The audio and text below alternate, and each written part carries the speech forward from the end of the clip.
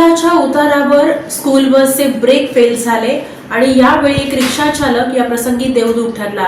रिक्षा चालकाच्या सतर्कतेमुळे गंभीररित्या होणारा अपघात या प्रसंगी टळलाय, त्यामुळे या रिक्षा चालकाचं सर्व स्तरातून कौतुक होते।